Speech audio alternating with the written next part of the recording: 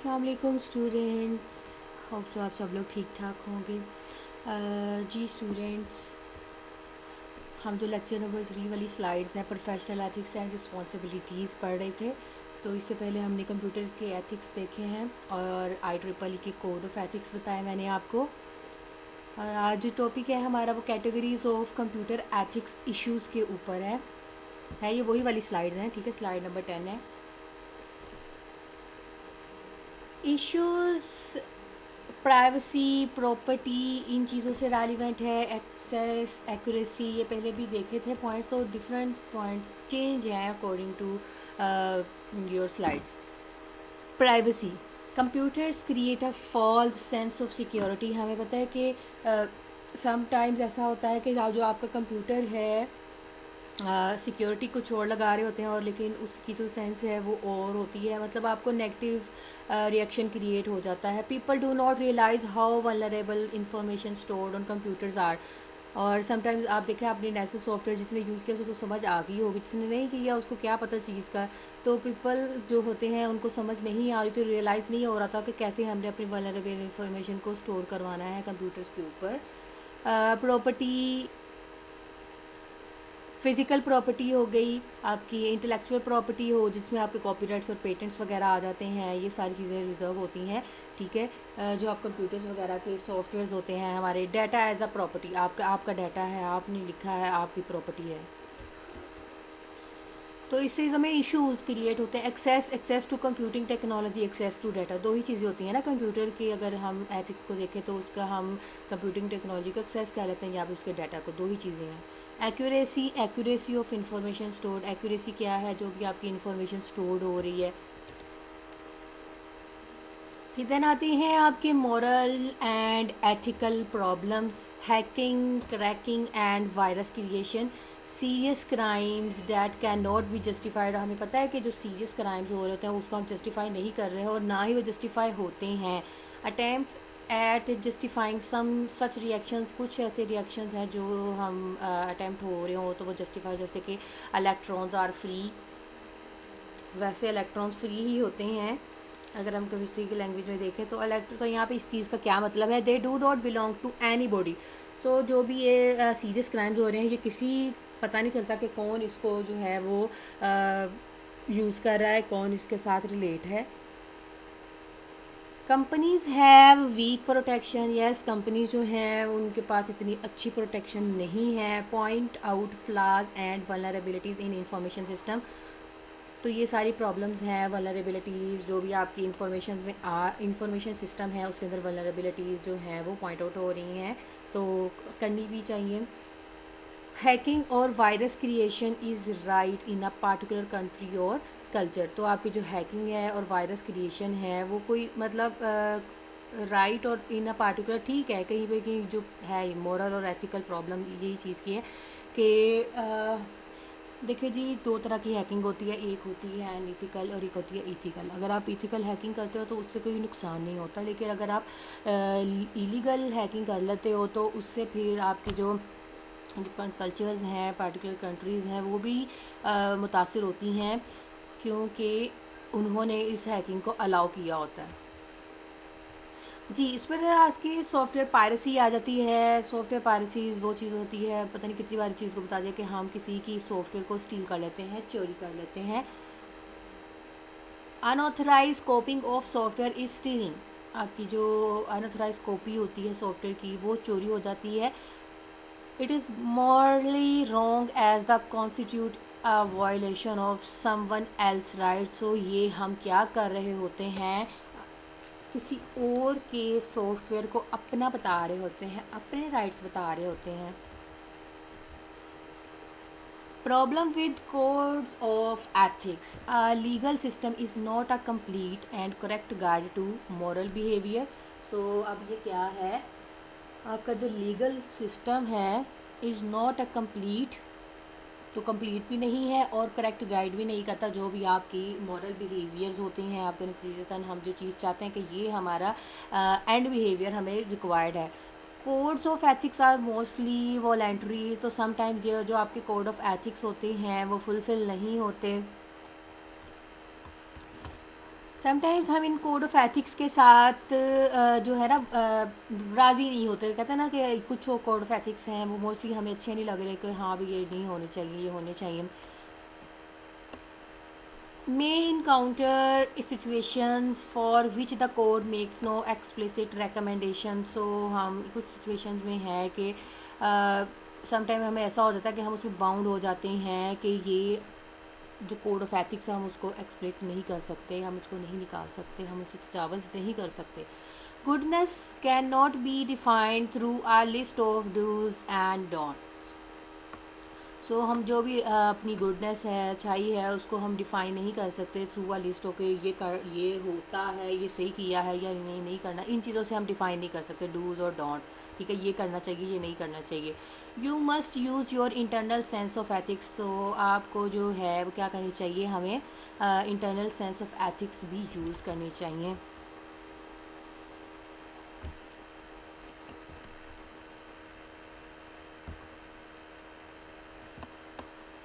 Computer ethics awareness and educational issues, how to raise the moral consciousness and ethical level के कैसे आप raise कर सकते हैं अपने जो भी मॉरल नताइज हैं आपके सारे एथिकल लेवल के according. Possibilities of developing global computer ethics codes. तो आपके जो यहाँ पे पॉसिबिलिटीज़ होती हैं कि हमें ग्लोबल ओवरऑल एक बंदे के कंप्यूटर के राइट्स नहीं बनाने, हमें सबके राइट्स एक साथ बनाने हैं। कि आप कंप्यूटर को अवेयर करवा रहे हो, उसके ऊपर एजुकेशन है, उसके ऊपर उसके साथ क्या क्या इश्यूज जो हैं वो रेज हो रहे हैं। Computer ethics education should include explanation of disruptive potential of even a single user. ख्वाह वो एक सिंगल यूज़र भी है तो उसके ऊपर भी एजुकेशनल अवेयरनेस एथिक्स अप्लाई होते हैं, तो उसको भी आपको गाइड करना ज़रूरी है। Understanding of importance of ethics and lack of laws in computer information technology. तो यहाँ पे क्या चीज़ की इम्पोर्टेंस होती है, एथिक्स और law of lack of laws. मतलब आपकी जो लॉज हैं उस वो प्रॉपर नहीं है कंप्यूटर टेक्नोलॉजी से रेलिवेंट, चूँकि हम इश्यूज़ की बात कर रहे हैं। Explanation of information security and related problem, आपको एक्सप्लेन करना है सिक्योरिटी और रिलेटेड प्रॉब्लम जो भी इससे आ रही हैं। Making people aware of ethical impact of their action. So यहाँ पे हम क्या कर रहे हैं, पीपल को अवेयर कर रहे हैं, करना चाहिए बल्कि एथिकल इम्पैक्ट जो भी उसके इम्पैक्ट है और जो भी उनके रिएक्शन है और उनके एक्शन परफॉर्म हो रहे हैं। Training and education by professionals, हमें यहाँ पे ट्रेनिंग प्रोवाइड करनी है और एजुकेशन प्रोवाइड करनी है जो भी हमारे प्रोफेशनल्स हैं उनके लिए, उनको बनने के लिए या फिर उनको बनाने के लिए। या फिर ये होता है कि हमने प्रोफेशनल एक दो प्रोफेशनल हैं, हम उनको कह रहे ट्रेनिंग दें, आगे फर्दर जो अपनी टीम है उनको भी सिखाएं, उनको भी प्रोफेशनल्स बनाएं। Computing ethics and guidelines example, respect privacy of others users and do not share your account with other. आप रिस्पेक्ट करें प्राइवेसी की दूसरे की और उसके साथ अपने अकाउंट की इंफॉर्मेशन मत शेयर करें। Respect appropriate law and copyright, respect करें जो भी आपके अप्रोप्रिएट लॉज हैं और कॉपीराइट्स आपको बना के दे दिए गए हैं वो आपके हैं, आपने उसकी इज़्ज़त करनी है। आपने ये नहीं कहना कि मैं क्यों उसे फुलफ़िल करूँ, ऐसा नहीं होना चाहिए। Obey establish guidelines for any network of system use. जो आप जो भी हमें उसको फुलफ़िल करना, हमें उसकी हुक्म दराजी करनी है जो भी गाइडलाइंस आपके किसी भी एक नेटवर्क सिस्टम के ऊपर यूज़ हो रही हैं। Do not use computer resources for unauthorise purpose. So आप अपने कंप्यूटर्स को अनऑथराइज पर्पज़ के लिए मत यूज़ करें, हैकिंग के लिए मत यूज़ करें। और भी हम सम ब्लॉकेज वेबसाइट को यूज़ करते हैं, वो ब्लॉक्ड होती हैं, तो हमें अपने एथिक्स को नहीं बोलना। Do not use computer resources for commercial endeavours. आप अपने कंप्यूटर रिसोर्सेज को जो है वो कमर्शियल एंडीवर्स के लिए मत यूज़ करें। जी, हमें कोशिश नहीं करनी चाहिए अपने कंप्यूटर रिसोर्सेज को कमर्शियल पर्पज़ के लिए यूज़ करें हम उसको। Do not use computer resources in way detrimental of normal operation. हमें ऐसी चीज़ें नहीं जो हमारे ख़तरनाक साबित होते हैं, उस तरह के रिसोर्सेज हमें उस वे में नहीं यूज़ करने कि आप नॉर्मल ऑपरेशन में इतना टफ सिचुएशन जो है वो क्रिएट कर लें। हमें इन सारी चीज़ों से बचना है। जी, कंक्लूजन्स हैं must understand cultural, social, legal and ethical issues related to computing. तो इसी से हमें समझ आ गई कि हमें अंडरस्टैंडिंग होनी चाहिए अपने कल्चरल, अपने सोशल, अपने लीगल और इथिकल इश्यूज जो भी हमारे रिलेटेड हैं, किससे रेलिवेंट। अभी हम कंप्यूटर की बात कर रहे थे ना, तो कंप्यूटिंग आपका इन्वायरमेंट है total overall. Expect to face variety of ethical difficult situation. तो हमें हर सिचुएशन में आप एथिकली उसको फेस करना है। Hold to highest possible ethical standards. बेहतर वो है कि आप पॉसिबल स्टैंडर्ड्स तो यूज़ करें, लेकिन एथिकल स्टैंडर्ड्स हों और उन एथिक्स में भी टॉप लेवल का जो पॉसिबल स्टैंडर्ड है उसको फुलफ़िल करें कि हाँ भी ये मेरे से रेलिवेंट जो है वो फुल फ्लेज है। Use your internal sense of ethics. तो यहाँ पे ये भी आपको बताया गया, अपनी इंटरनल सेंस भी आपने यूज़ करनी है एथिक्स की। Making the wrong ethical choice begins with focusing on short term self interest. So आप यहाँ पे अगर एथिकल रॉन्ग एथिकल से स्टार्ट करते हैं तो वो आपका सारा फोकस जो होता है ना, वो आपकी शॉर्ट टर्म सेल्फ इंटरेस्ट है उसकी तरफ चला जाता है। हम इलीगल जो हैं काम करना शुरू कर देते हैं। सो इस चीज़ों को बड़ा आपने फोकसली करना है। अपनी जो रॉन्ग एथिकल चॉइस है उसको अगर फोकस करना है तो शॉर्ट टर्म सेल्फ इंटरेस्ट के साथ करें, ताकि कल आपको प्रॉब्लम फेस ना हो। Ethical behaviour is a way of life. Yes, हमें पता है कि ये आपका एथिकल बिहेवियर जो है वो ज़िंदगी गुजारने का सारा तरीकाकार होता है। बेस्ट लर्न, जिसमें हम सीखते ही रहते हैं। लर्निंग कभी भी ख़त्म नहीं होती, इन्हीं एथिक्स के साथ ही हम सीखते हैं और हम एक्सपीरियंस के साथ सीखते हैं। Living ethically requires strong and sincere motivation. So आप जब एक लॉ को फुलफ़िल कर रहे होते हैं, अपने एक स्टाइल को फुलफ़िल कर रहे होते हैं, आपको एक स्टैंडर्ड दे दिया गया, लॉ दे दिया गया, कवानीन दे दिए गए हैं, तो हमें पता है कि हमने भाई इस चीज़ के साथ रहना है, ये मेरे एथिक्स हैं और मैंने इसके अंदर ही अपनी लाइफ गुजारनी है। और आप बड़े सिंसियर होते हैं अपनी, तो वो जो बंदा सिंसियर होता है वो स्ट्रॉन्ग भी होता है और सिंसियर मोटिवेशन भी होता है।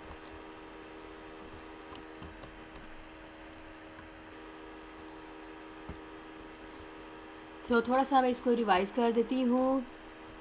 जी, हम ये वाली स्लाइड्स पढ़ रहे थे, professional ethics and responsibilities part 2। ठीक है जी, प्रोफेशनल एथिक्स, इसमें हमें देखते हैं कि क्या रॉन्ग है और क्या राइट है।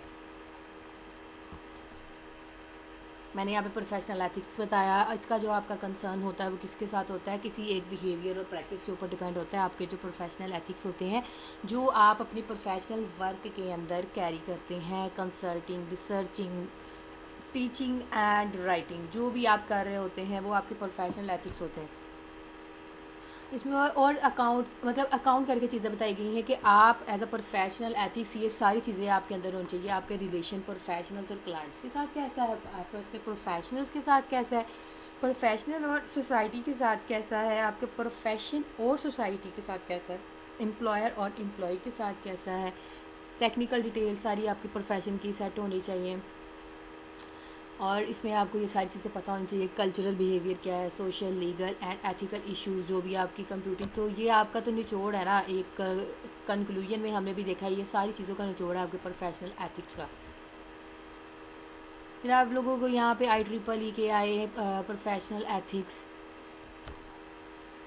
प्रोफेशनल एथिक्स जैसे कि सिंबलाइज प्रोफेशनलिज्म होना चाहिए, प्रोटेक्ट ग्रुप इंटरेस्ट होना चाहिए, स्पेसिफाई मेंबरशिप एटिकेट्स, मतलब हमें हर चीज़ गुड वेल हर चीज़ का बारे में पता चलना चाहिए। डिसिप्लिन सिखाना है हमें, प्रॉपर गाइडलाइंस बतानी है उनको, कॉपीराइट्स बताने हैं उनको, सिक्योरिटी गाइड करनी है। यहाँ पे जो चीज़ अवॉइड करनी होती है हमें IEEE के कॉन्सेप्ट में, बाकी तो सारी चीज़ें हमें कंप्लीट करनी है। अवॉइड क्या करना है, जो हमारी रियल और परसीव्ड कॉन्फ्लिक्ट्स है ना, इन झगड़ों से हमें बचना है, इन इंटरेस्ट से हमें बचना है। बी ऑनेस्ट रहना है through out the your time. जो भी आप टेक्नोलॉजी यूज़ करें उसको अंडरस्टैंडेबल होना चाहिए। एक्नॉलेज जो भी है वो करेक्ट होना चाहिए, एरर फ्री होना चाहिए। फेयरली आप हर चीज़ को फेस कर रहे हों, क्या वो आपका अपना पर्सनल बिजनेस है, किसी का है, रिलीजियन है, जेंडर है, डिसेबिलिटी है, आप किसी को भी अपनी ऑर्गेनाइजेशन के अंदर रख दिया है तो आपका फ़र्ज़ है कि आप उसकी रिस्पेक्ट करो। अब ये नहीं आपके पास पैसे हैं तो आपने उसकी रिस्पेक्ट नहीं करनी, ऐसा नहीं होना चाहिए। फिर हमने कंप्यूटर के एथिक्स बताए। कंप्यूटर के एथिक्स हमें भी पता है कि उसकी टेक्नोलॉजी को कैसे यूज़ करना है, उसके प्रिंसिपल को कैसे फुलफ़िल करना है, उसकी अगर प्रॉब्लम्स हैं, उसकी वल्नरेबिलिटीज़ के इश्यूज़ आ जाते हैं तो समहाउ हमें ये चीज़ें समझ नहीं आ रही थी। तो ये सब चीज़ों को, जो भी प्रॉब्लम हमारी फेस हो रही होती हैं, हमारा स्कोप, हमारी रिप्रोड्यूसिबिलिटी सब क्लियर होना चाहिए। हम यहाँ पे अगर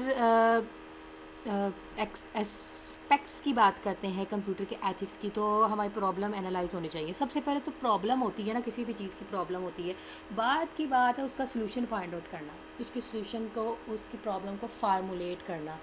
हम पहले एनालिसिस करते हैं, एनालिसिस करने के बाद हमें पता चलता है कि इस टाइप की जो प्रॉब्लम है वो कर हुई है, फिर उसकी फार्मूलेशन जस्टिफाई करते हैं अकॉर्डिंग टू योर पॉलिसीज़। फिर जो ज़रूरत होती है उसके ऊपर वो हम टूल अप्लाई करके या फिर कोई भी चीज़ रियल टाइम पे डाटा के ऊपर इम्प्लीमेंटेशन करते हैं।